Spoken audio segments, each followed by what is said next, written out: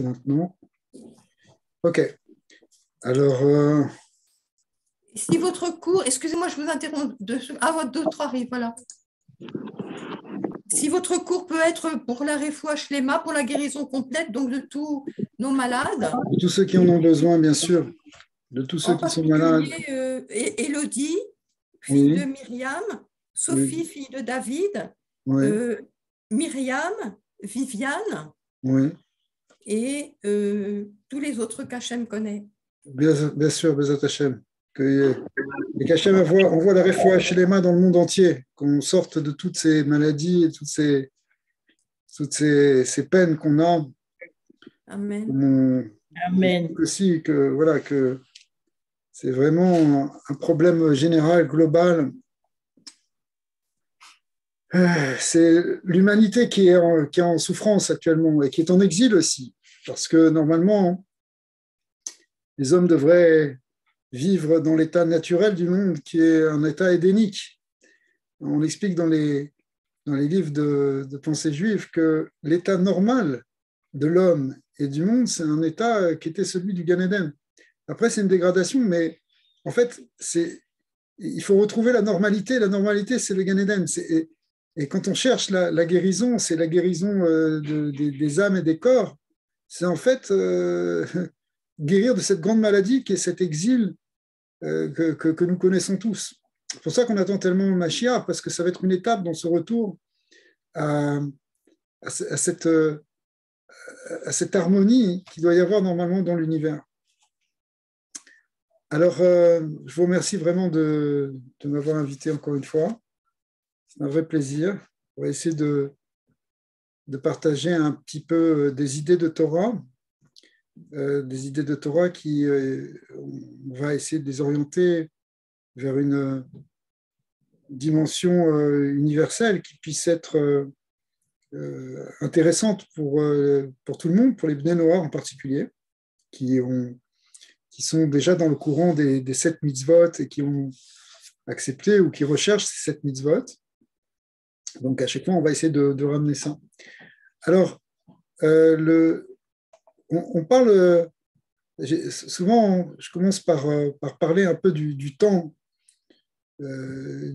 juif, c'est-à-dire hébraïque, du calendrier hébraïque, puisque on a un adage qu'a dit une fois le Balatania, le premier maître du courant Chabad, Lubavitch. Il a expliqué il est bien de vivre avec son temps.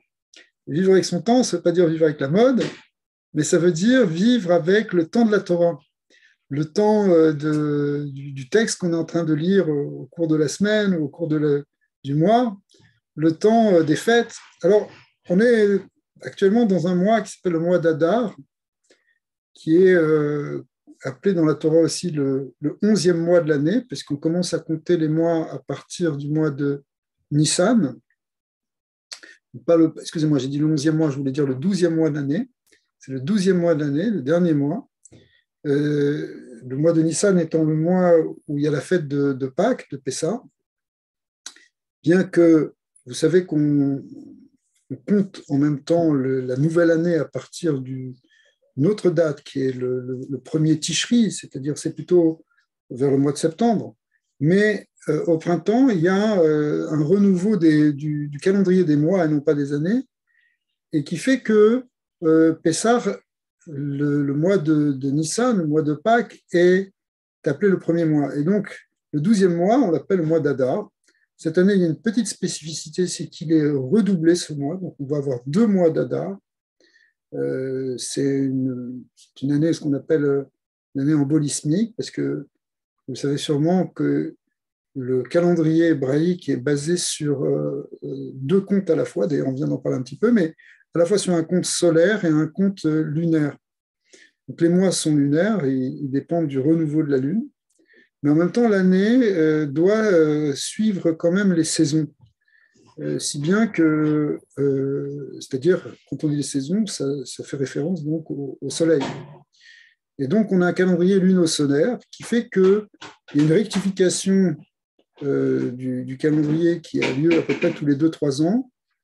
dans lequel on rajoute un mois. Donc, on a des années de 13 mois, comme cette année, ce qui permet de rectifier le décalage entre le calendrier lunaire, qui fait à peu près 354 jours, et le calendrier solaire, qui fait 365 jours. On a à peu près 11 jours, je dis à peu près, parce qu'en fait, si on regarde précisément, il faudra compter les heures, mais à peu près 11 jours de décalage. Donc, pour éviter que ce décalage fasse déplacer, si vous voulez, les temps des fêtes par rapport aux saisons, la fête de Pâques ne tomberait plus toujours au printemps si on suivait seulement le calendrier lunaire, mais elle tournerait tout autour de l'année. Enfin, au fur et à mesure des années, elle se déplacerait de 11 jours chaque année. On voit ça, par exemple, dans le calendrier musulman, où c'est un calendrier purement solaire, mais dans le calendrier hébraïque, étant donné qu'on fait cette rectification, on apprend un verset, parce que la Torah nous a demandé de faire en sorte que la fête de Pâques tombe toujours pendant le printemps. Et donc, du coup, il y a ce calendrier qui est un petit peu plus complexe, mais qui est très précis et qui permet de retomber en quelque sorte sur ses pieds. Et finalement, c'est vrai qu'il y a un décalage qui se fait de 11 jours par an. Il y a une petite translation, mais comme chaque à peu près tous les 3 ans, en fait, c'est 7 fois tous les 19 ans pour être précis, on rajoute un 13e mois, et bien finalement, on retombe, on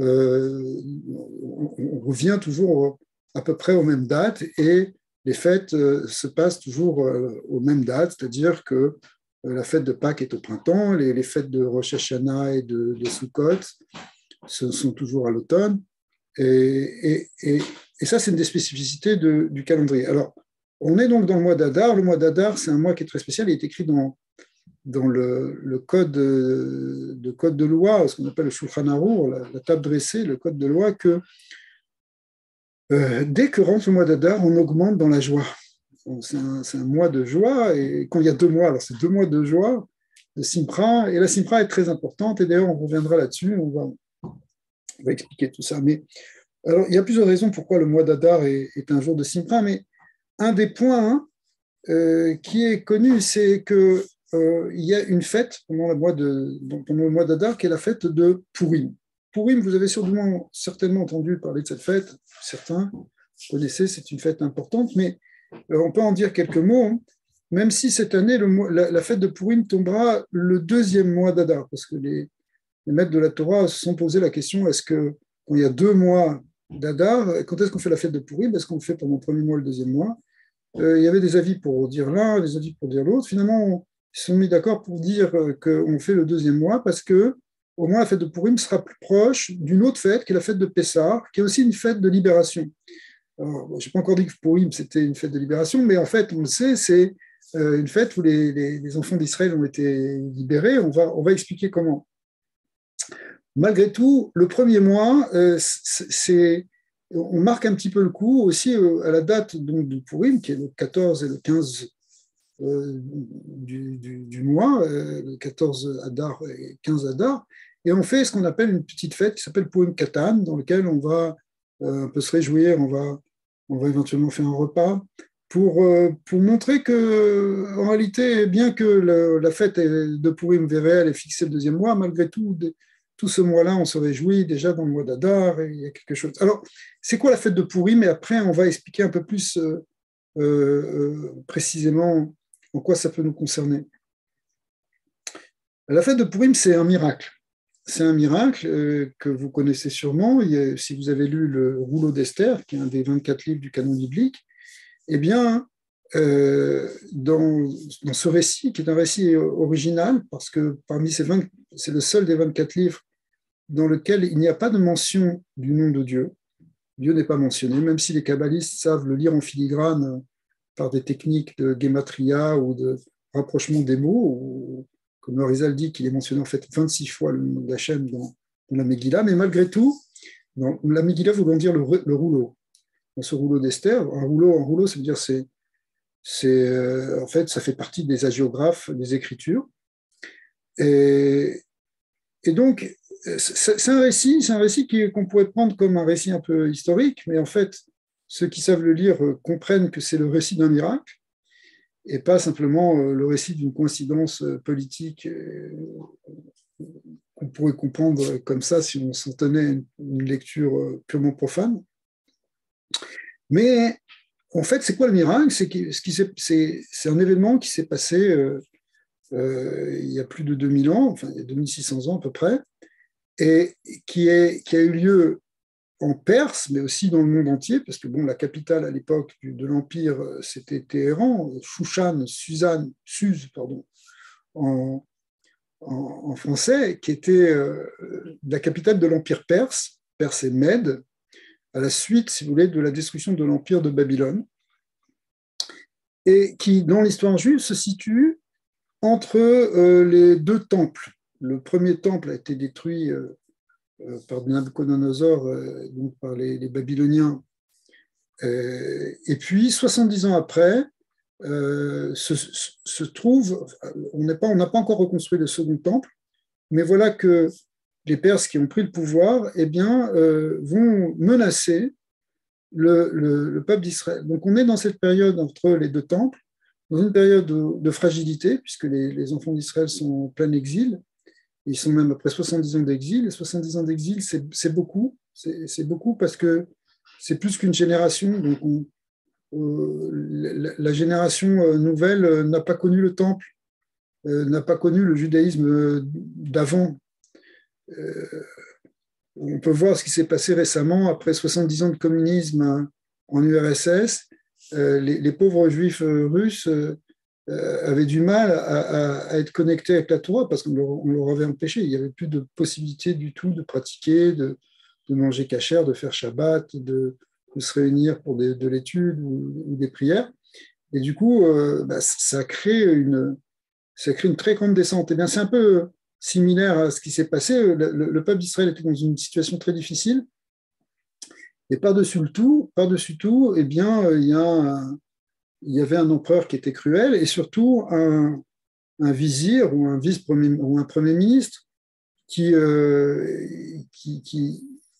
été viscéral dans son antisémitisme puisqu'il a poussé à ce que soit décrétée une destruction complète du peuple d'Israël dans tout l'Empire. Donc, c'était le premier à avoir imaginé la solution finale, c'était Haman. Et donc, il y a eu une grande menace existentielle sur tout le peuple d'Israël. Et c'était dans une fragilité. On a vu pendant la Seconde Guerre mondiale à quel point, quand les Béné Israël sont en exil et éparpillés dans différentes provinces, ils sont à la merci de tyrans qui peuvent. Ça peut exister dans tous les pays, c'est pas simplement pour Israël, mais en tout cas, on l'a vu dans l'histoire du peuple d'Israël.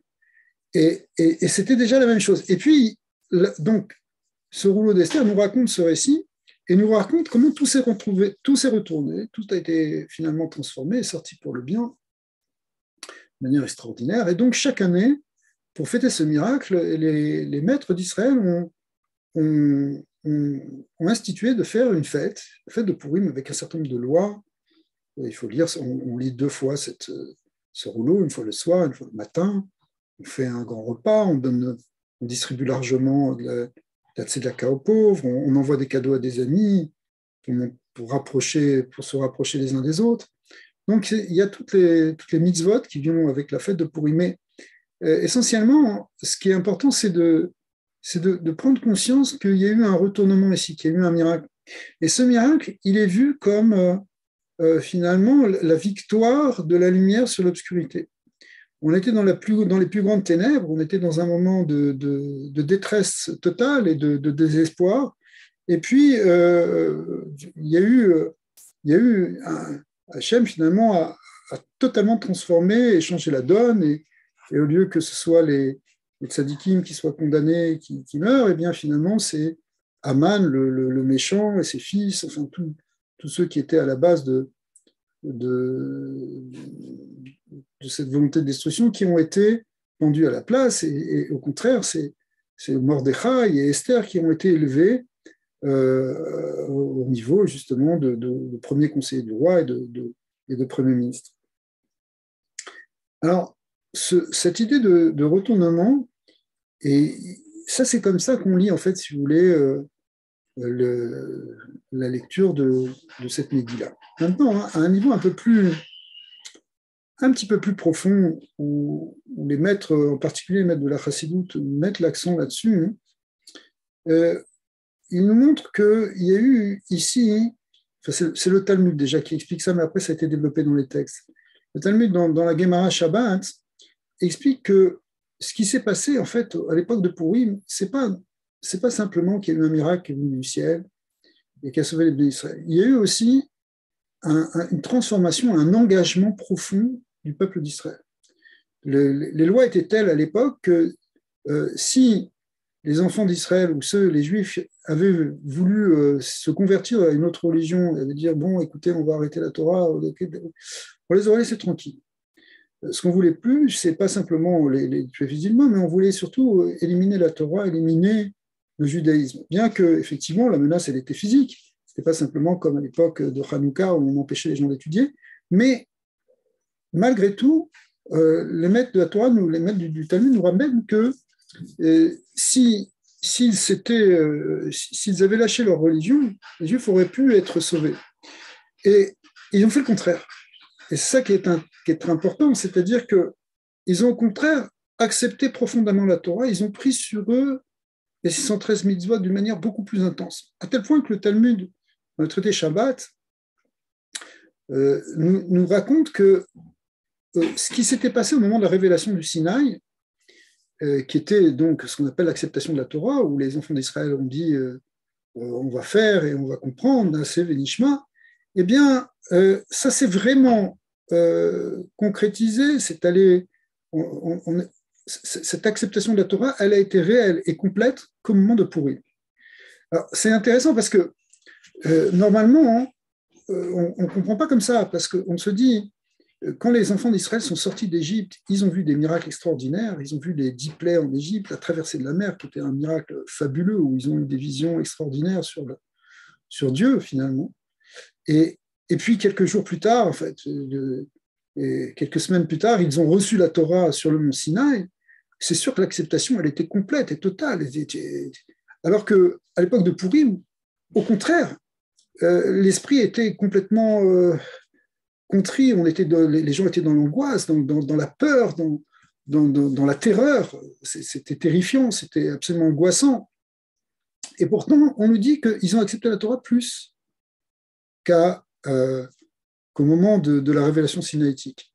À tel point que la Gemara dans Shabbat nous dit que, effectivement, au moment du don de la Torah, alors évidemment, c'est une métaphore qu'emploie le Talmud, mais on peut la comprendre, cette métaphore aisément.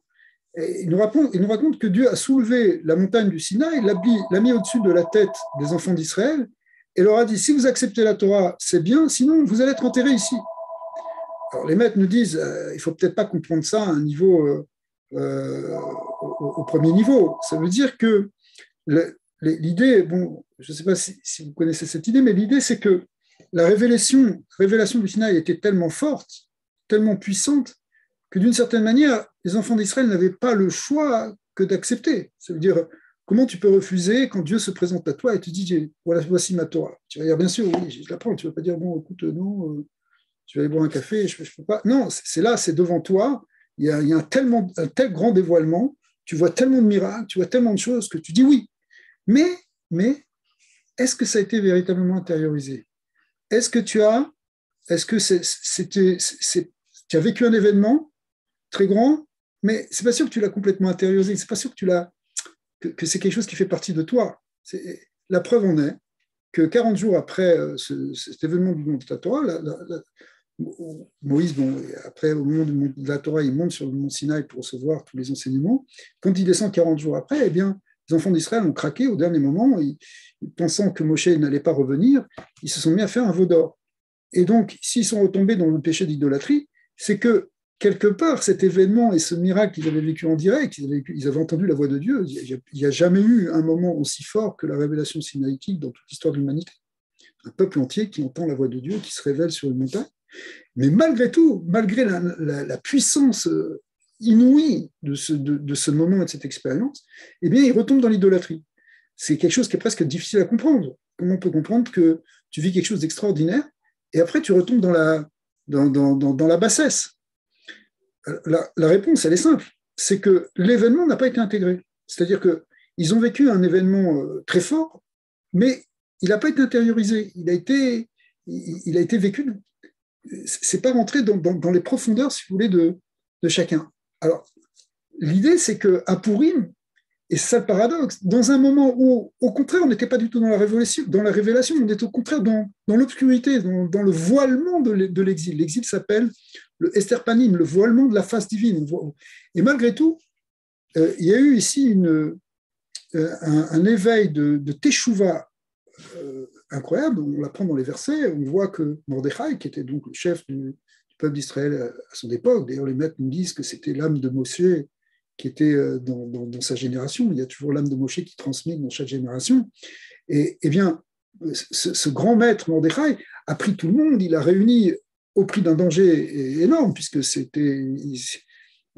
Gan de Vilna dit que dès que le décret de la future destruction du peuple juif a commencé à circuler, même si ce n'était pas marqué que c'était le peuple juif, même si ce n'était pas marqué officiellement, mais tout le monde savait de quoi on parlait. Et comme ce décret a été décrété plusieurs mois à l'avance, dès que ça a été décrété, il y avait déjà des pogroms qui ont commencé, donc c'était déjà dangereux. Mais malgré tout, Mordechai a dit non, on va aller en public, on va se renforcer, on va jeûner, on va prier. Il a pris des enfants, il leur a fait faire des versets, des enseignements de ce qu'on appelle des Mishnayot, enfin des enseignements de la Torah orale. Tout le monde a fait tchouva, les gens se sont réveillés et en public, ils ont, malgré les dangers, au contraire, ils étaient prêts à risquer leur vie. Ils étaient prêts à faire don de leur vie, c'est-à-dire ce qu'on appelle en hébreu un terme très important qui s'appelle Messirut Nefesh, ils étaient prêts à donner leur âme leur vie pour la Torah. Et là, le traité dans Shabbat qu'on a mentionné dit c'est là que ce qui avait commencé à être accepté au Sinaï a été véritablement accepté. Là, ça a été intériorisé parce que dans le danger, dans la difficulté, accepter la Torah, ça veut dire que tu l'as vraiment accepté. C'est pas parce que on te l'a imposé de l'extérieur, mais tu l'as pas intégré. La personne te demande de l'intégrer. Si tu l'intègres, c'est que ça vient de toi. Parce qu'au contraire, la solution plus simple, ce serait au contraire de se détourner de la Torah, et peut-être à la limite, tu sauverais ta vie. Mais là, les Béné Israël ont eu la direction, ont pris une direction contraire, c'est-à-dire qu'ils ont fait un don de soi pour recevoir la Torah. Et ça, là, à ce moment-là, la Guémara dit, à ce moment-là, ça a été un passage clé dans l'histoire du peuple d'Israël, puisque là, maintenant, le peuple d'Israël a réellement accepté la Torah.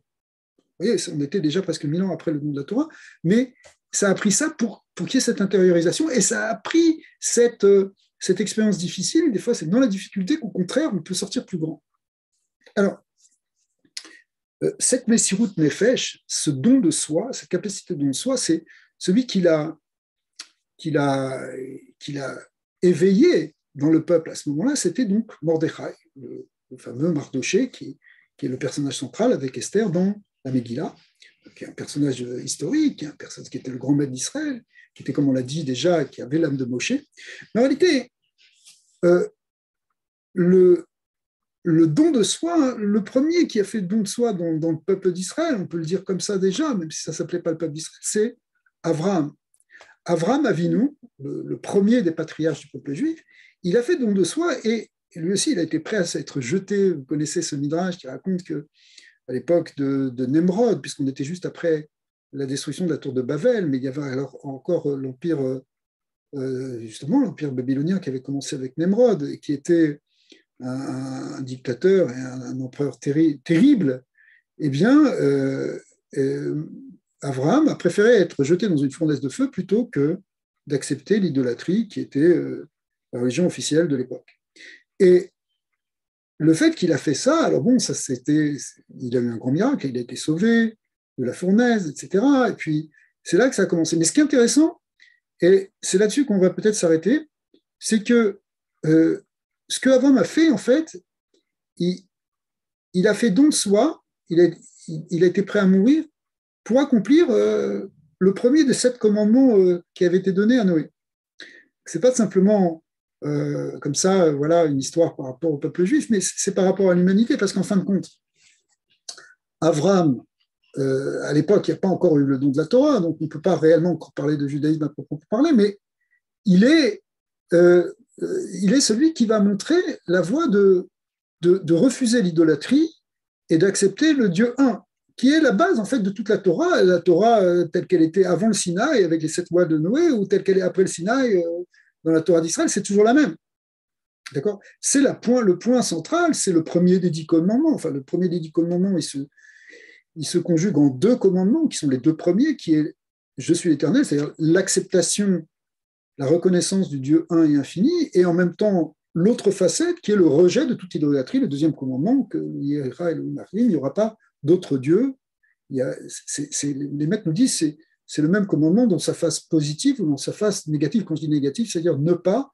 Donc la face positive, c'est oui, j'accepte Dieu. La face négative, c'est non, je refuse l'idolâtrie. Mais en fait, c'est la même idée. Et cette idée qu'on peut affirmer positivement ou négativement, tel qu'on vient de le dire, en fait, ça constitue le point clé, la première de toutes les 7 mitzvot de Noé. C'est la clé même, en fait, de toute l'approche du judaïsme. Elle repose dans cette idée-là. Et celui qui a donné sa vie pour ça, qui était capable de donner sa vie pour ça, c'était Abraham.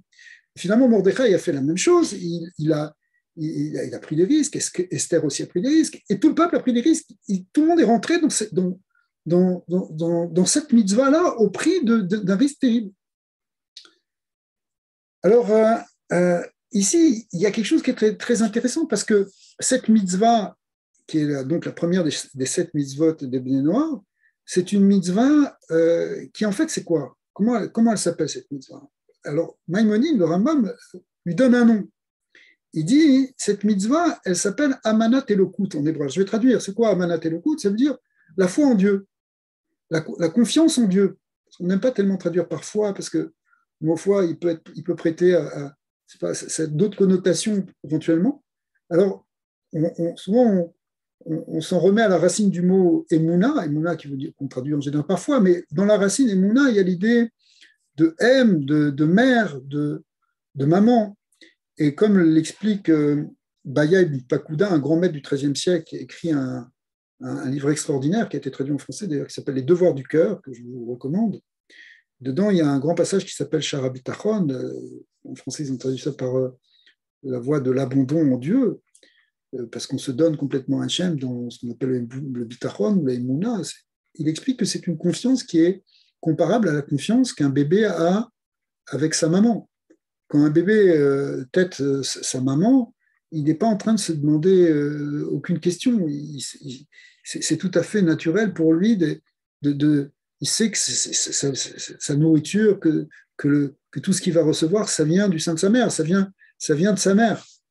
Eh bien, la vraie confiance en Dieu, et c'est ça la vraie foi, plus qu'un espèce d'exercice intellectuel, la vraie foi, c'est avoir vraiment confiance en Dieu, de telle sorte qu'on sait qu'on peut se remettre dans ses bras comme un bébé se remet dans les bras de sa mère, explique donc Rabbeinu Bechaya, Rabbi Baya ibn Pakuda.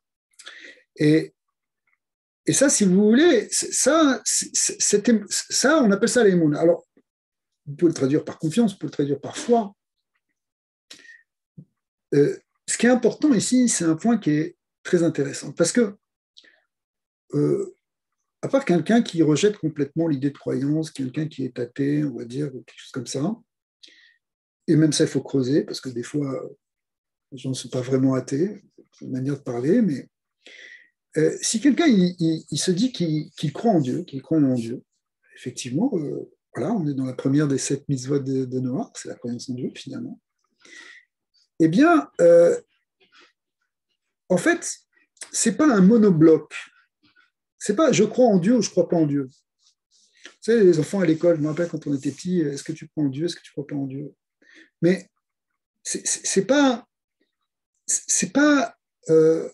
oui ou non. C'est dans le oui, si quelqu'un il dit qu'il croit en Dieu, eh bien, il va y avoir énormément de niveaux, de degrés. Alors, j'explique.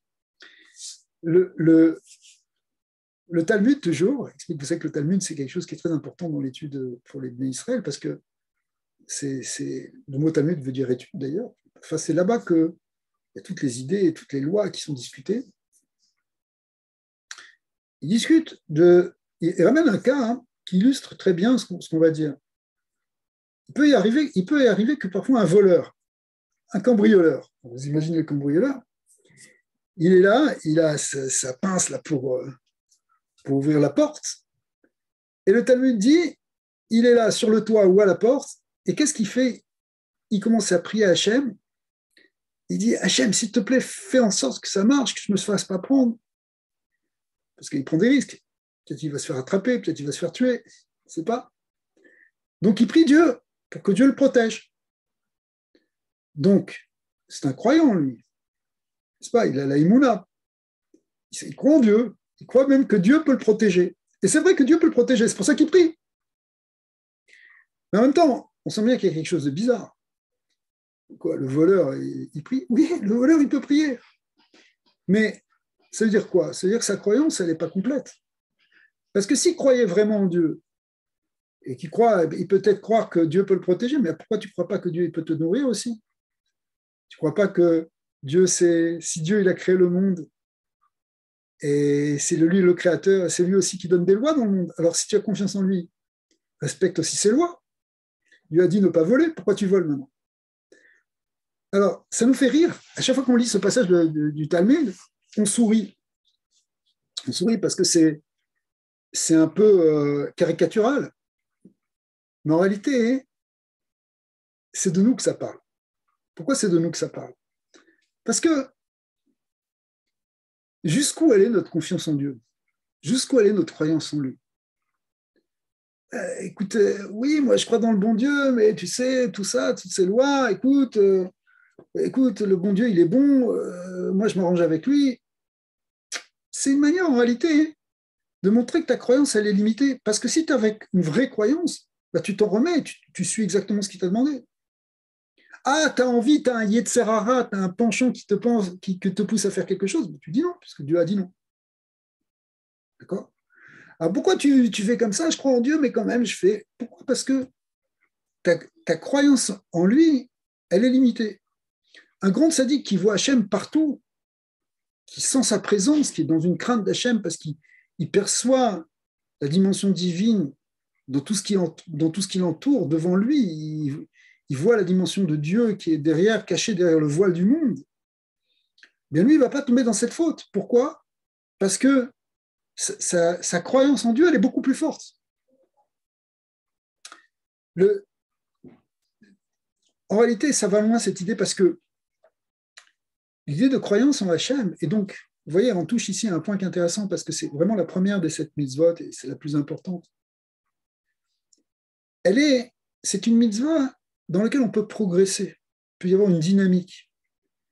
Aujourd'hui, on est dans un certain niveau de émouna, de confiance, de croyance, mais je peux aller plus profondément. Vous voyez l'exemple qu'on a donné tout à l'heure des enfants d'Israël? Ils étaient dans une croyance en Dieu formidable quand ils étaient sur le mont Sinaï. Mais ce n'était pas assez intégré, ce n'était pas assez profond, puisque dans l'épreuve, ils sont retombés dans l'idolâtrie. 40 jours plus tard, ils ont fait le vaudor.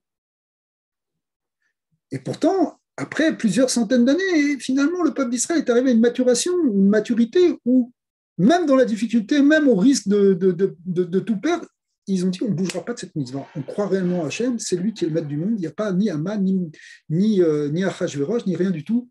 Il n'y a rien que Dieu, et Dieu, c'est le maître du monde. Ça, c'est un niveau de croyance beaucoup plus profond, beaucoup plus intégré. C'est intéressant parce que je dis deux choses, en fait. C'est à la fois qu'il y a des niveaux, mais en fait, ces niveaux, ce sont des niveaux d'intégration de la monde. C'est-à-dire que ce n'est pas des niveaux au sens où on veut monter de progrès, de degré. C'est pas, on peut le voir comme ça, mais on le voit, il faut plutôt le voir comme est-ce que tu intériorises réellement ce que tu as appris? Est-ce que ça fait partie maintenant de toi-même? Est-ce que ta confiance en Dieu, elle fait que tu as un problème d'argent, tu ne vas pas te mettre à paniquer, tu as un problème de santé, tu ne vas pas te mettre à paniquer, tu vas commencer à prier. Ça ne veut pas dire que tu ne vas pas aller voir le docteur, ça ne veut pas dire que tu ne vas pas te battre contre la maladie, mais est-ce que ça y est, tu désespères, il n'y a plus rien, non, je ne comprends pas, je crois en Dieu, mais finalement, il m'a abandonné. Où est-ce que tu as intégré où est ton niveau d'intégration de la confiance en Dieu? Alors, on ne cherche pas des épreuves. Il y a un grand principe dans le judaïsme, on ne cherche pas des épreuves pour être testé sur notre niveau de Emouna. Est-ce qu'on a une grande Emouna, une grande foi ou pas? On ne cherche pas. Mais malgré tout, en fait, si vous voulez, la démarche du judaïsme, parce que le judaïsme, c'est une démarche, et je le sens bien avec vous, votre groupe, vous êtes des gens qui sont en quête, qui recherchent, qui cherchent à avancer dans leur vie. En fait, cette recherche, elle n'est pas, c'est pas une fois que j'ai trouvé, je ne bouge plus. c'est une recherche permanente. Même les plus grands maîtres de la Torah sont des gens qui cherchent tout le temps à se rapprocher d'Hachem, à s'améliorer, à comprendre un peu plus la vérité. Donc, en fait, cette dimension-là de recherche, elle coïncide avec l'idée d'intégrer de plus en plus des concepts qu'on a compris intellectuellement, qui sont les concepts de la foi. Mais est-ce que ces concepts de la foi, ils vont nous amener ce bitachon véritable, c'est-à-dire ce véritable sentiment de sécurité parce qu'on perçoit et parce qu'on vit le fait qu'on est avec Hachem ou pas? Les mitzvot, si vous voulez, c'est un des buts des mitzvot. Plusieurs manières d'approcher la notion des commandements, des mitzvot, mais une des manières, c'est de comprendre que les mitzvot, elles sont là pour qu'on puisse évidemment se rapprocher d'Hachem. Mais se rapprocher d'Hachem, ça veut dire se rapprocher de plus en plus de cette conscience qu'Akadosh Baruch Hu, c'est lui qui fait tout, c'est lui qui dirige tout. Même si, encore une fois, ça n'empêche pas qu'on a un libre arbitre, ça n'empêche pas qu'on a un travail à faire, au contraire, il y a une idée de s'éveiller, de se réveiller. Mais ce réveil, au fond, il doit nous pousser de plus en plus à grandir dans cette émouna. C'est pour ça que les tzadikim, après, ça devient leur vie. Il y a un fameux verset de Habakkuk, qui dit « Tzadik ve'emunato yirye ». Je traduis, c'est-à-dire le tzadik, l'homme saint, vit par sa émouna, vit par sa foi. C'est sa foi, il a besoin de rien d'autre. En vérité, si quelqu'un est vraiment connecté à Dieu, il a besoin de rien. Tout lui vient, puisqu'il perçoit qu'il y a une réalité divine derrière toute chose, que c'est Hachem qui dirige complètement les choses. Mais évidemment, il y a des niveaux. Mais ces niveaux, en fait, c'est des niveaux pas simplement de connaissances intellectuelles. C'est pas parce qu'on va apprendre encore plus et encore plus de notions. Bien sûr, il faut apprendre de plus en plus. Mais il y a quelque chose qui est plus fort que ça. C'est l'intégration, même l'intégration de choses simples. Parce qu'en fin de compte, le premier des 10 commandements, ou les deux premiers des 10 commandements, la première des 7 lois de Noé, puisqu'on a vu que ça revient au même, quelque chose de simple. Je crois qu'il y a un seul Dieu dans le monde et qu'il n'y a pas d'autre Dieu. D'accord ? C'est une notion que même un enfant peut comprendre. Mais le problème, c'est jusqu'à où tu l'as compris, jusqu'à où tu l'as intégré. Et alors, on voit que finalement, il y a un travail comme ça. Alors, les maîtres nous disent, on va dire maintenant, on a besoin de la Torah pour ça. C'est pour ça que, d'ailleurs, c'est pour ça qu'on est là à étudier la Torah et tous ensemble ici. Parce que la Torah, elle nous aide, à force d'étudier cette Torah et de s'attacher à cette Torah, finalement, on comprend de plus en plus et ça nous aide à de plus en plus, en méditant sur ces notions, en y réfléchissant, en les intégrant, finalement, petit à petit, on intègre des choses et on grandit avec ça. Maintenant, la Torah, elle est aussi transmise par des maîtres. C'est-à-dire même quand on lit un livre, ça a été transmis par un maître, ça a été écrit par un maître. Et même la Torah, qui est une révélation pure, le Pentateuque, aussi le reste de la Bible, bien sûr, mais Pentateuque par excellence, c'est une grande révélation. Malgré tout, c'est une révélation qui a été transmise aussi par un maître, par Moïse. À tel point que Moïse, on l'appelle par excellence Moshe Rabbeinu, Moïse notre maître. On ne peut pas mentionner Moïse sans dire notre maître. C'est lui notre maître de la Torah. Alors, d'après la conception du Zohar, le Zohar, vous savez que le Zohar appelle Moïse selon un terme qui est très intéressant. Il appelle le Roen Neeman, Raya Mehemna en araméen, ce qui veut dire en français le fidèle berger.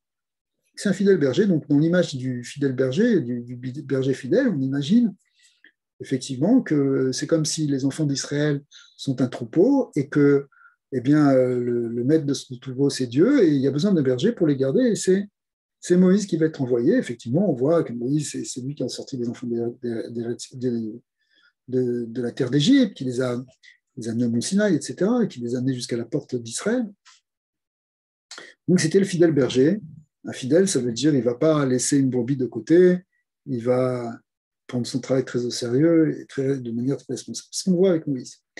Mais il y a une interprétation plus profonde qui est donnée de ce terme-là de fidèle berger.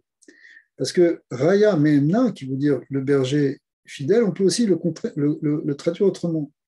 c'est le berger parce que fidèle, ça veut dire quelqu'un sur qui on peut avoir confiance.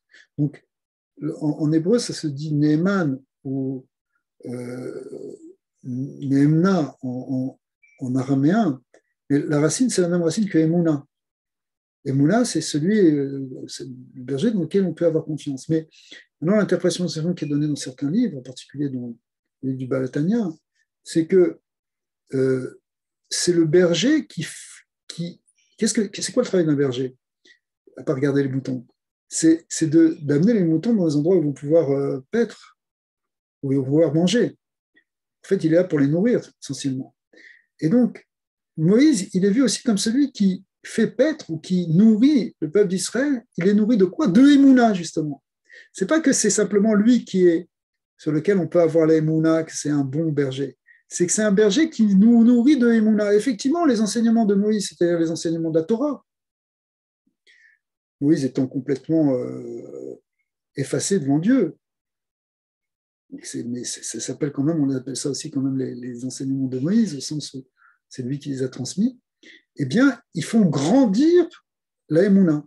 Ils nous nourrissent de Emouna. Donc, quand on étudie la Torah de Moshe, c'est que les maîtres du Talmud, entre eux, ils s'appellent des fois Moshe. Ils s'appellent Moïse aussi. Parce que même quand un grand maître du Talmud, donc beaucoup plus bien après le nom de la Torah, 2000 ans après, mais quand ils parlent entre eux, ils savent que quand ils disent un enseignement de Torah ou une innovation dans la Torah, en réalité, c'est cette Torah de Moshe qui fait que parler dans leur bouche, qui continue de se développer. Donc, eux-mêmes, ils sont une prolongation de ce Moshe Rabbeinu, de ce maître Moshe. À tel point que le Zohar dit que l'âme de Moshe, elle vient dans chaque génération. C'est même écrit dans les Tikkunim, dans le Tikkuné Zohar, un texte encore plus ésotérique, que chaque maître de la Torah, ce qu'on appelle un Talmid Chacham en hébreu, chaque maître de la Torah, lorsqu'il dit de la Torah, il est lui-même une partie de Moïse qui est en train de parler. Alors tout ça, ça repose sur une conception un peu kabbalistique des âmes qui font qu'au fond, dans leur source, toutes les âmes sont unies et qu'il y a des âmes qui sont plus centrales que d'autres, que l'âme de Moïse, elle est centrale, elle est comparée au tronc dans le Zohar, alors que les autres arbres, les autres âmes sont comme des branches ou des feuilles. Mais en tout cas, le Zohar dit qu'il y a ce qu'on appelle Itpashtuta des Moshe Bekol Dara, il y a dans chaque génération un Gilgul, une transmigration de l'âme de Moshe, et qui est plus ou moins visible, mais qui est là. Par exemple, à l'époque justement de ce qui s'est passé à Pourim, eh bien, l'âme de Moïse elle était dans Mordechai, dans Mardoché. Lui, il portait cette âme. Il était le Moïse de sa génération. Clairement expliqué comme ça dans le Zohar et dans les Mahamarim de Chassidut. Effectivement, il n'y a pas vraiment de différence. Vous allez me dire, mais attends, c'est deux êtres complètement différents, ça n'a rien à voir. Moïse, c'était 1000 ans avant, Mordechai, ce n'était pas la même situation. Oui, mais c'est des gens qui sont tellement annulés devant Hachem, qui sont tellement dans leur désir de trouver la parole divine et la volonté divine, que finalement, ils sont identiques. Ils ont la même âme, la même force qui les anime. Et effectivement, donc Mordechai, lui, il a été ce véhicule à ce moment-là de cette lumière de la Torah. Et c'est pour ça qu'il y a eu un renouveau de la Torah à Purim. Taorav et Simcha, il y a la lumière de la Torah qui est revenue. Et d'ailleurs, effectivement, ça a donné lieu à un nouveau livre, le livre d'Esther. Et une nouvelle fête, une fête qui a été instituée, qui a pris une place très importante. Donc c'était une lumière de la Torah qui a jailli. Mais en fait, cette force ici de Mordechai, c'est qu'il a été capable de susciter et de nourrir et d'amener la Emouna, puisque c'est ça le fidèle berger, d'amener la Emouna dans le peuple d'Israël. Il a distillé, il a donné, il a impulsé cette force de la confiance en Dieu, cette force de la foi, une force terrible, puisque les gens étaient prêts à donner leur vie, donc c'était vraiment quelque chose qui était profond. Dans le cas d'Israël, c'est pour ça qu'il y a une très grande réception de la Torah, comme on l'a dit tout à l'heure.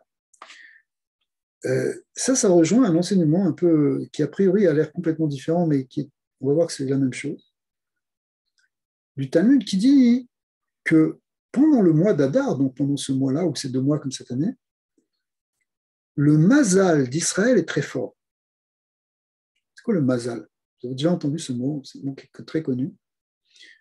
Mazal, en général, on dit c'est la chance.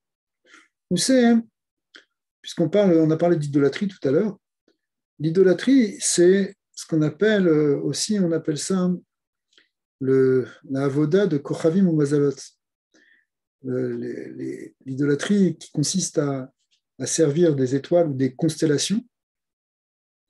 Ça s'appelle Kochavim. Kochavim, ça veut dire les étoiles. Mazalot, ça veut dire les constellations. Et Mazalot, c'est le pluriel de Mazal. Donc souvent, on traduit par le Mazal, c'est ton étoile, c'est ta chance. Chacun a son étoile. Chacun il a son Mazal. D'un autre côté, le Talmud dit qu'il n'y a pas de Mazal pour Israël. Parce que, c'est quoi il n'y a pas de Mazal pour Israël? Parce qu'Israël, il peut dépasser toutes ces notions de constellation et d'étoiles et de déterminisme astral et s'attacher avec Dieu directement par la prière, et Dieu peut changer même le destin. Ça, c'est notre croyance fondamentale, c'est la croyance de Abraham, qu'on a cité tout à l'heure. Dans les étoiles d'Abraham, dans son horoscope, il était écrit qu'il n'aurait pas d'enfant et qu'il allait mourir sans enfant. Et puis, ça s'est transformé finalement. Le sang qui devait couler, ça a été le sang de la circoncision, et puis finalement, il a enfanté. C'est un exemple. Mais c'est cette idée justement que quand on s'en remet, quand on dépasse l'idolâtrie, quand on rejette l'idolâtrie, finalement, on dépasse la notion de mazal, de chance, de déterminisme. C'est pour ça qu'on dit qu'il n'y a pas de mazal pour Israël, parce qu'Israël a cette possibilité. Et d'ailleurs, j'en profite pour dire, c'est pas simplement les Bnei Israël, ça peut être n'importe quel Ben Noir qui réellement s'attache à Dieu, il peut sortir de son déterminisme. À partir du moment où quelqu'un il rejette complètement l'idolâtrie et qui rejette les forces intermédiaires, qui dit non, c'est pas les étoiles qui me dirigent, c'est pas les forces de la nature qui me dirigent, mais c'est Dieu qui me dirige, qui me croit vraiment, et il peut voir des miracles dans sa vie et ne dépendra pas de son déterminisme.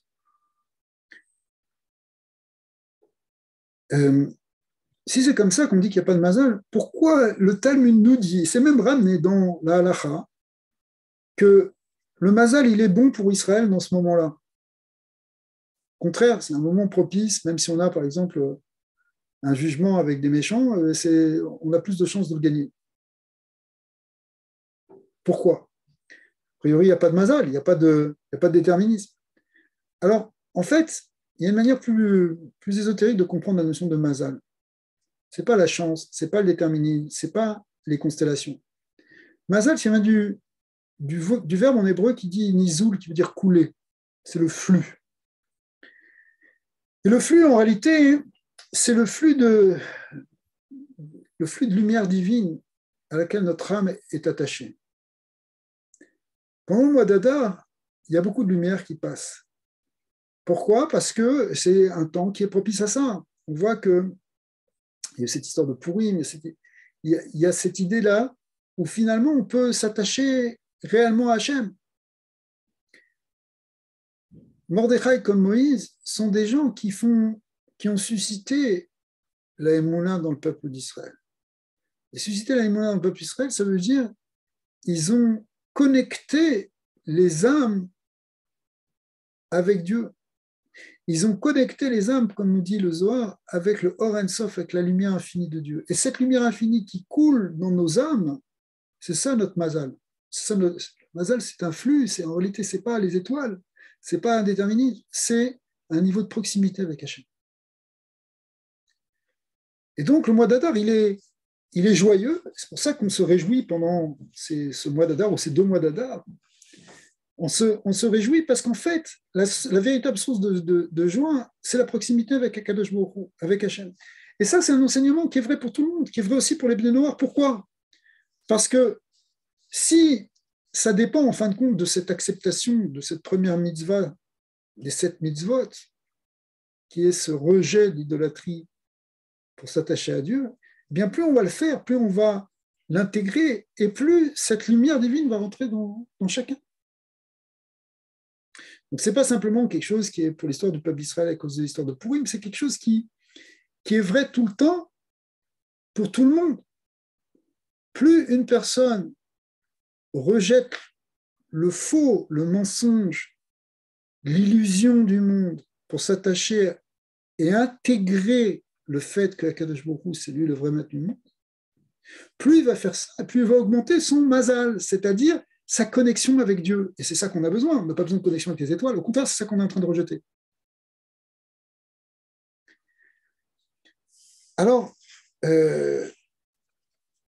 on peut dire, et on va un peu conclure là-dessus, que tout ça, c'est quelque chose qui est d'actualité, parce que le monde est trouble, il y a des incertitudes, on voit, on parlait de la santé tout à l'heure au début, il peut y avoir même d'autres inquiétudes, des inquiétudes économiques, sociales, même des menaces de guerre aujourd'hui.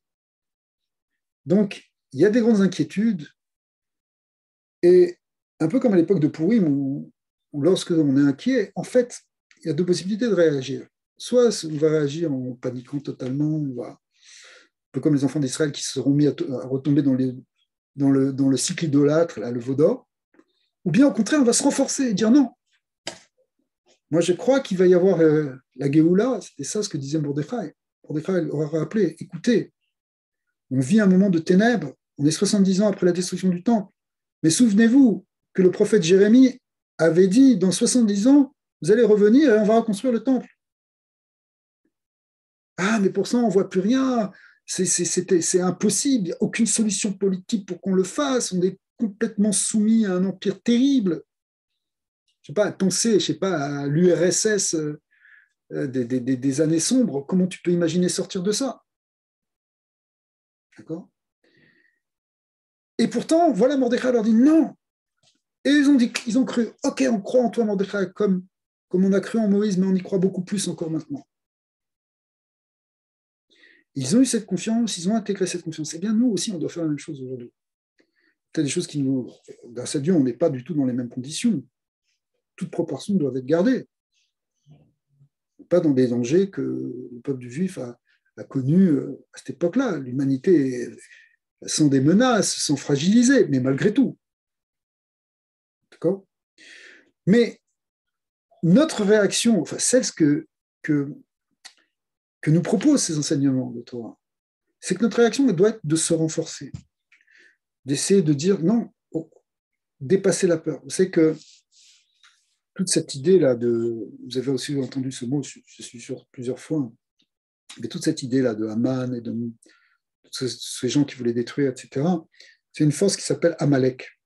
Amalek qui apparaît dans la Torah. On ne va pas faire parler maintenant, développer cette notion, ça a été déjà développé dans d'autres cours, je suis sûr que vous connaissez, et puis on y reviendra peut-être le mois prochain. Mais Amalek, c'est celui qui veut nous amener dans le doute, qui veut nous amener dans l'angoisse. C'est une force dans le monde, en fait, qui veut nous amener dans le désespoir. Et au contraire, quand cette force-là, elle menace, c'est là qu'il faut se renforcer dans l'Eimouna, avoir encore plus de foi et et intégrer de plus en plus profondément une notion qui est simple, mais qu'on n'a pas assez intégrée, qu'effectivement, c'est Dieu qui dirige le monde. Alors, c'est comme ça qu'on va repousser Amalek, qui est le principe de la tristesse, de la dépression, de l'angoisse. Il faut qu'on repousse ça, et c'est ça qui va amener la Géoula. Aujourd'hui, en fin de compte, on attend un moment très important, qui est la Géoula. On est dans les phases. Le rabbi Lubavitch, que d'ailleurs beaucoup considèrent comme le Mordechai de notre époque, ou le Moïse de notre génération, eh bien, a annoncé, il en a parlé, il a dit, ça a été sa mission, son message qu'il a répété pendant 40 ans. C'est-à-dire, on est rentré dans une nouvelle période, on est dans une période qui va aboutir sur Mashiach, ça va être maintenant. Alors, il faut se renforcer et pas se désespérer en se disant, ça y est, qu'est-ce qui va se passer? C'est la fin de tout. Non, pas du tout. Même si on ne comprend pas, comme on ne comprenait pas à l'époque de Mordechai, à l'époque de Pourim, on ne comprenait plus rien. C'était l'angoisse la plus grande, et pourtant on a dépassé ce sentiment d'angoisse pour mettre la confiance à la place. C'est ce qu'on doit faire aussi aujourd'hui maintenant, on doit se renforcer quand je dis on doit, c'est une manière de parler, ça veut dire, c'est ça ce qui nous est proposé, parce que si on se renforce, on a cette possibilité de transformer et d'amener un miracle qui va être le miracle de la Géoula Shlema, c'est-à-dire de la véritable délivrance, cette Mashiach. Voilà.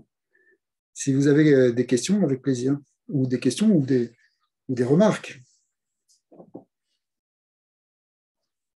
J'en ai une, moi. Bonsoir. Allez-y. J'avais deux questions à la base. Pourquoi on appelait Moshe Rabbeinu, et vous avez répondu à ça. Mais pourquoi on appelle Abraham Avinu? Avram Avinu, Avram, ça veut Oui, dire le patriarche. Avinu, ouais. ça vient du mot Av. Av qui veut dire père, qui veut dire aussi donc le patriarche. Parce qu'en fait, si vous voulez, dans l'histoire d'Israël, il y a trois patriarches qui sont Abraham, ensuite son fils Isaac, et ensuite le Mm. fils d'Isaac, Jacob. Et ces trois personnages ont donné les trois piliers fondamentaux du judaïsme. Alors, il faudrait expliquer ça, c'est expliqué dans les livres de Kabbalah, la différence entre Abraham, qui était plus du côté du chesed, de la bonté, de la générosité, Yitzhak, qui était plus dans le travail sur lui, bien qu'il était extrêmement généreux aussi, mais qui était plus sa particularité, ce qu'il a montré dans le monde, c'est cette capacité de travailler sur soi, de se transformer. Et Jacob, qui est l'équilibre entre ses forces de chesed et de gvura, d'amour et de rigueur, qui a amené la Torah, et qui est la Torah qui est à l'origine de la Torah, et puis la Torah étant elle-même cet équilibre entre la droite et la gauche, entre le chesed et entre la bonté et la rigueur. Mais on a ces trois piliers, on les appelle comme ça. Maintenant, Moïse, c'est celui qui a révélé la Torah. Donc de ce point de vue-là, il est le maître de la Torah par excellence. Donc on l'appelle Moshe notre maître, Rabbeinu. C'est la même racine que Rabbi. Rav voulant dire maître.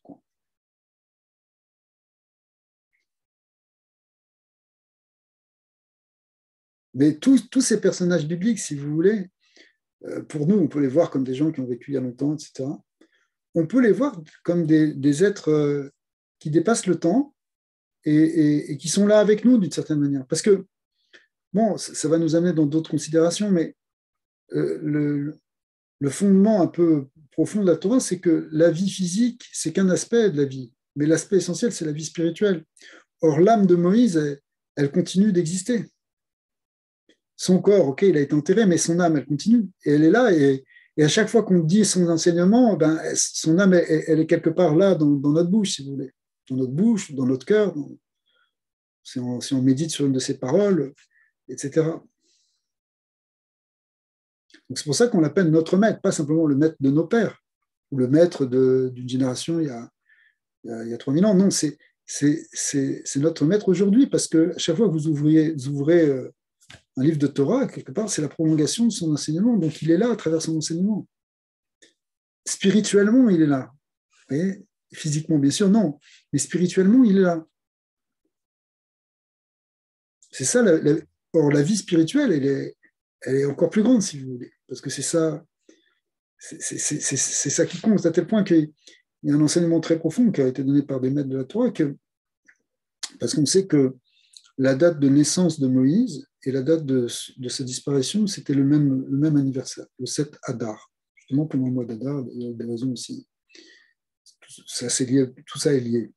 Mais les maîtres nous disent qu'en réalité, c'est vrai que sa naissance physique, il est né le 7 Adar, mais la manière dont est formulé l'enseignement de la Torah, enfin du Talmud, qui nous dit que sa naissance est venue même effacer sa mort, c'est que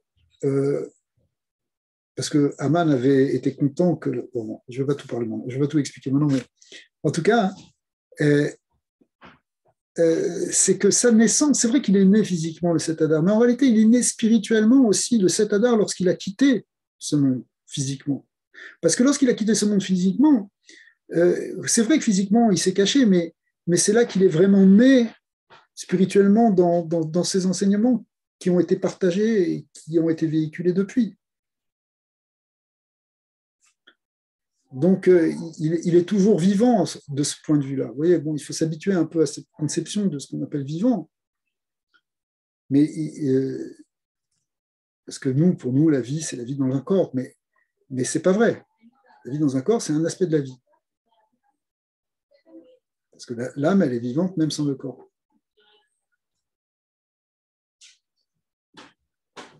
Donc Moïse est toujours vivant. au travers et en particulier au travers des maîtres de chaque génération qui ont à la fois complètement intégré son enseignement, mais qui sont capables même de l'adapter pour la génération, pour donner la direction à la génération. Comme Moïse, qui était donc le berger, qui donnait la direction. Et bien, comme Mordechai, qui à son époque a donné la bonne direction.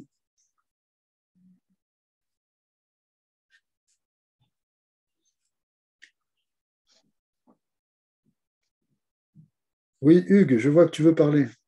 Oui, en fait, ça me fait penser à la notion de mémoire et d'éternité. En fait, quand on pense à Mordechai, qui, 1000 ans après, a agi comme Moshe, c'est à travers cette mémoire-là qu'il a rejoint Moshe. Et je pense que c'est le grand lien aussi que le judaïsme a su mettre de l'avant, c'est que à travers la mémoire, on fait non seulement revivre les gens, mais on les rend vivants.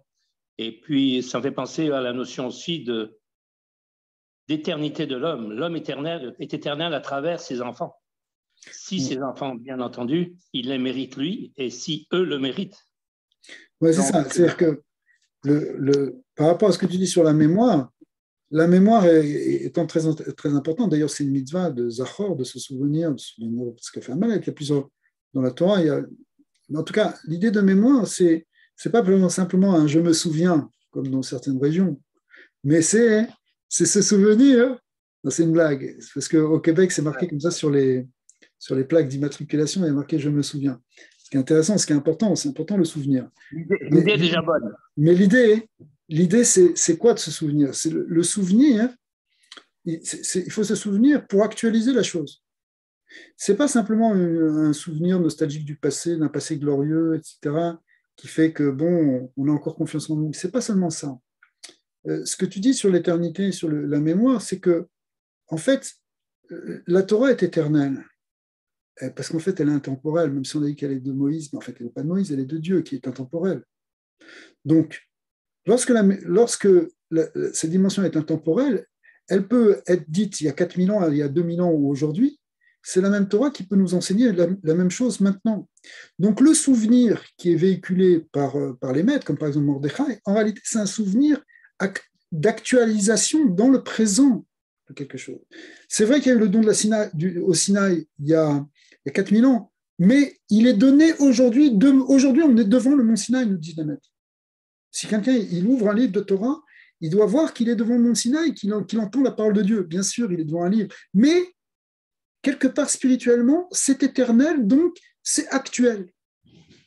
Donc ce souvenir que tu te souviens du mont Sinaï, en réalité, ce n'est pas un souvenir dans le temps, ouais, c'était très bien. Non, c'est maintenant. Tu l'actualises maintenant. Et c'est pour ça, alors il y a peut-être une adaptation au sens où il faut le dire par rapport à une orientation, une direction qui est propice au temps actuel, mais c'est le même message. Donc, Mordechai, il a renouvelé le message du Sinaï 1000 ans après pour la génération et avec la difficulté qu'elle avait à surmonter. Donc, il a trouvé l'enseignement dans la Torah pour leur donner, il leur a montré ce qu'avait fait Abraham, il leur a montré ce qu'avait fait Moïse, il leur a montré qu'eux aussi étaient capables de faire la même chose et qu'en faisant la même chose, ils allaient se transformer leur destin.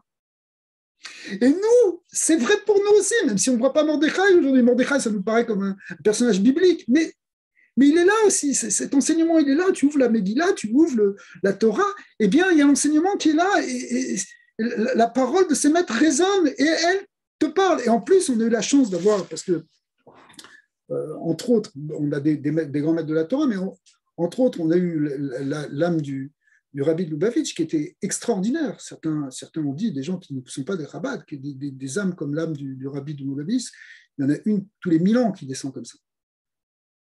Et il a donné des clés et une orientation pour ce qu'on vit maintenant.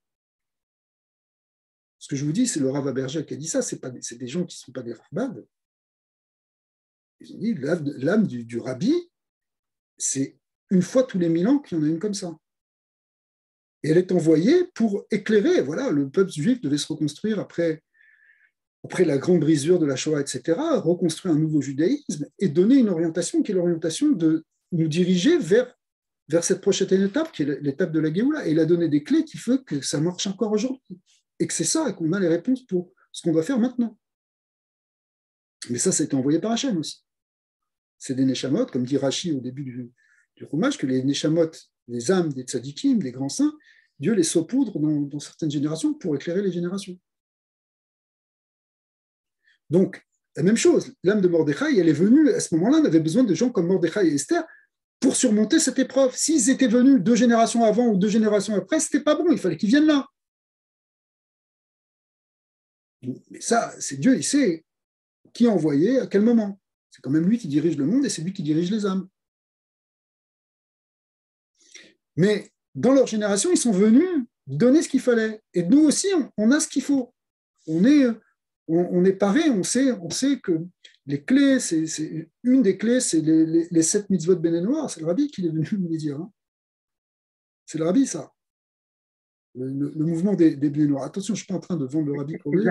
C'est parce que réellement c'est la même, c'est clair, c'est la même âme que celle de Mordechai. Il a fait les mêmes choses. C'est beaucoup inspiré de Mordechai.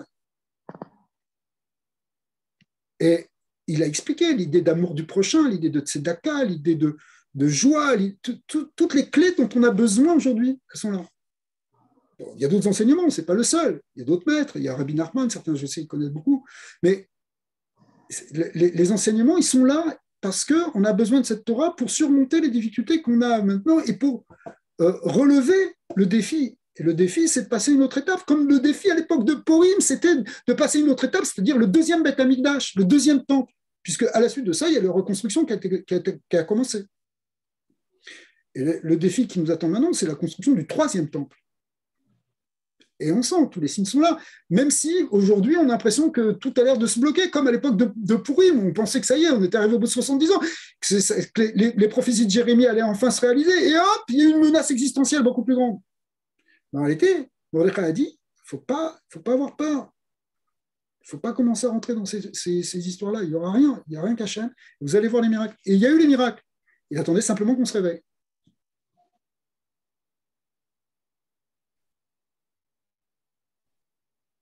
Alors nous aussi, si vous voulez, dans le temps qu'on a à faire aujourd'hui, où on se sent angoissé, menacé, etc., c'est pas évident, c'est pas si facile. Malgré tout, le travail qu'on peut avoir, justement, on a des maîtres qui sont venus récemment, on parle de récemment, des choses qu'on peut lire, des cours qu'on peut voir sur des vidéos, ils sont venus nous dire, n'ayez pas peur, on y est.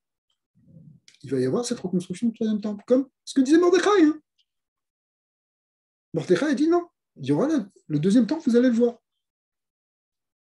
Je viens renouveler la prophétie de Jérémie. Le rabbi lui-même, il a parlé, à un moment, il a dit, il a fait comprendre qu'il parlait sous forme de prophétie. La prophétie, ça n'a pas complètement disparu depuis la destruction du 1er temple. Il y a eu toujours des gens qui étaient des grands maîtres d'Israël qui avaient une dimension prophétique. Parce qu'ils sont tellement saints, tellement proches d'Hachem que quand ils disent quelque chose, ça vient d'une source très vraie.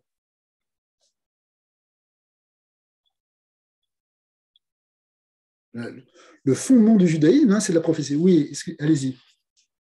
Je dois quitter, mais merci et bonne journée. Merci, vous aussi. C'est très apprécié. Merci. Bon, alors on va se quitter là-dessus, mais en sachant qu'on va bientôt se retrouver. Rav, excusez-moi si je peux juste dire un mot, en référence à ce qu'on a dit tout à l'heure au début, que justement parmi nous, il y a beaucoup d'épreuves pour l'instant, il y a beaucoup de malades, il y a eu beaucoup de deuil, il y a beaucoup de souffrances, beaucoup de douleurs, ce qui nous a poussé au mouvement ce dont je vous ai parlé, qu'on s'unisse pour prier tous les uns pour les autres. En fait, quand vous avez parlé du don de la Torah, la différence entre le don de la Torah et Purim, nous, c'est une opportunité dans nos vies aussi, pas juste de recevoir, on a tous étudié, on sait tous des choses, on a tous dans notre esprit des choses, des connaissances, mais finalement, c'est au moment où on vit des difficultés, où on vit des épreuves, qu'on a la possibilité d'intérioriser les choses et de les vivre beaucoup plus profondément et d'accepter réellement à ce moment-là la Torah et les choses qu'on a juste apprises avant. C'est une opportunité aussi pour nous de faire aussi le même pas qu'il y a eu à la Torah, à Purim par rapport au don de la Torah. Oui, même si évidemment, comme on l'a dit tout à l'heure, on ne cherche pas les épreuves, on ne veut pas d'épreuves, Et on cherche à intégrer sans les épreuves. C'est-à-dire que la force de l'étude de la profondeur de la Torah, cette méditation profonde qu'on doit avoir, elle peut peut-être nous permettre d'intégrer les choses, même sans épreuve. Alors bien sûr, des fois, on ne sait pas les plans d'Hachem, etc. Mais vous avez 100% raison quand vous dites que les épreuves peuvent nous permettre d'intégrer les choses plus profondément. Mais essayons aussi de les intégrer sans épreuve. Non, mais je dis ça parce qu'on a tous, là, pour l'instant, on passe tous par des épreuves terribles. Je sais, mais je ne veux plus que l'épreuve. Et ça donne un sens, ça peut donner un sens. 100%, 100%, vous avez tout à fait raison. Pas juste qu'on se laisse écraser parce que pour certains, c'est vraiment exactement, terrible pour l'instant ce qui passe. Et ça peut permettre de rebondir et de redonner un sens et une direction à ce qu'ils sont en train de vivre pour l'instant. C'est ça que je voulais dire. Absolument, absolument, vous avez tout à fait raison. Tout à fait raison. Mais Bezat Hashem, on souhaite une grande réfoua. Et en tout cas, ces initiatives que vous avez prises de faire des lectures des psaumes, tous ensemble, c'est quelque chose qui est très, très fort.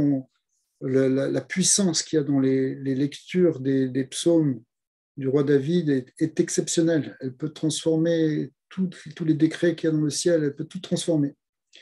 Au contraire, il faut se renforcer, même si on les lit en français, en anglais. C'est quelque chose qui a une très grande force spirituelle. Donc il faut se renforcer. C'est plus encore, je sais que vous avez fait même des jeunes, mais c'est même encore plus que les jeunes, c'est encore plus que tout, la force des Télim. Alors je vous encourage à continuer à prier. Et voilà, les psaumes du roi David, hein, c'est que c'est le livre le plus répandu dans le monde, c'est le livre des psaumes. Parce que David a traversé toutes les difficultés spirituelles et morales que peuvent rencontrer tous les êtres humains. Et donc tout le monde se reconnaît finalement dans ces versets. On s'y retrouve tous. Et quand on lit les versets des psaumes, en fait, c'est notre âme qui parle, qui s'exprime et qui se connecte à Dieu. Donc on ne peut qu'encourager cette initiative et au contraire favoriser. La plupart des prières juives sont basées sur des psaumes. Par ça, dans les courants chassidiques, on rajoute en cours des lectures de psaumes tous les jours. C'est quelque chose qui est extrêmement, extrêmement bon. Et il faut continuer si Dieu veut besoin de chaînes. Ça va amener la réfoua chez les mains pour tous les malades. Amen, amen. Amen. Bon, ils ont parlé de jeûne, en fait, pour signifier qu'ils se joignaient à moi tout le temps où j'étais au Kotel et où ils savaient que, finalement, du matin jusqu'au soir, j'étais là-bas pour relire les psaumes. Et donc, ils ont lu en continuité. Ce n'est pas une question de jeûne et de... Oui, non, c'est pour dire... Non, c'est parce que souvent, on associe ça aussi, des jeûnes, mais c'est juste une petite parenthèse, parce que dans notre génération, on n'est pas tellement... fort pour jeûner comme des gens des générations précédentes. Mais par contre, la force des psaumes est très forte, très très forte. Donc c'est surtout vers ça qu'il faut s'orienter. Si on veut changer, Hachem, il veut simplement qu'on se rapproche de lui. Et évidemment, la prière, c'est un des moyens les plus importants. Et dans les 3 patriarches dont on parlait tout à l'heure, Avram a montré la voie des bonnes actions. Faire du bien, il invitait des gens, il allait voir des malades, etc. Ça, c'est un des grands piliers du judaïsme. Le deuxième pilier, c'est celui d'Isaac. Isaac, on a dit, c'est le travail sur soi, en fait, c'est la prière. Lui, il a montré le chemin de la prière. Tous priaient, bien sûr, tous étudiaient, mais lui, il a montré la puissance de la prière. On voit des versets qu'il est en train de prier dans les champs, etc. Et puis Yaakov, c'est l'étude. Lui, il était assis dans les tentes de l'étude, dans les tentes de la prière aussi, mais dans les tentes de l'étude essentiellement. Ce sont les 3 piliers du judaïsme, c'est pour ça qu'on a 3 patriarches. C'est juste pour donner un petit éclairage par rapport à ce qu'on disait tout à l'heure. Mais donc il faut se renforcer aussi dans ces 3 choses, c'est-à-dire des bonnes actions, faire des actes de bonté autour de nous. Le rabbi a souvent dit que c'est les actes de bonté et de générosité qui vont amener la Géoula, qui vont amener la délivrance du monde. Se renforcer dans la prière, se renforcer dans l'étude. C'est toujours ce qu'on peut faire. Amen, amen. Merci beaucoup. Avec plaisir. Alors, merci à vous tous. J'espère qu'on pourra continuer. Je souhaite une bonne santé à tous, en particulier à Utsipora aussi, que vous puissiez continuer à à nous motiver, à nous réunir. Amen. Travail magnifique, extraordinaire. Si Et Dieu merci à veut. tous les amis de Montréal qui se sont joints. Que Dieu vous bénisse, que Dieu bénisse votre groupe, vos familles, votre pays.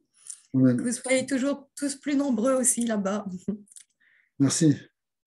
Merci, Rabbi, pour cet excellent cours. Merci, merci Francis. À bientôt. Merci. Ouais. À bientôt à tous. Merci. Merci beaucoup. Ok, alors on reste en contact. À bientôt. À bientôt. Merci, Shabbat Tov. Bonne semaine.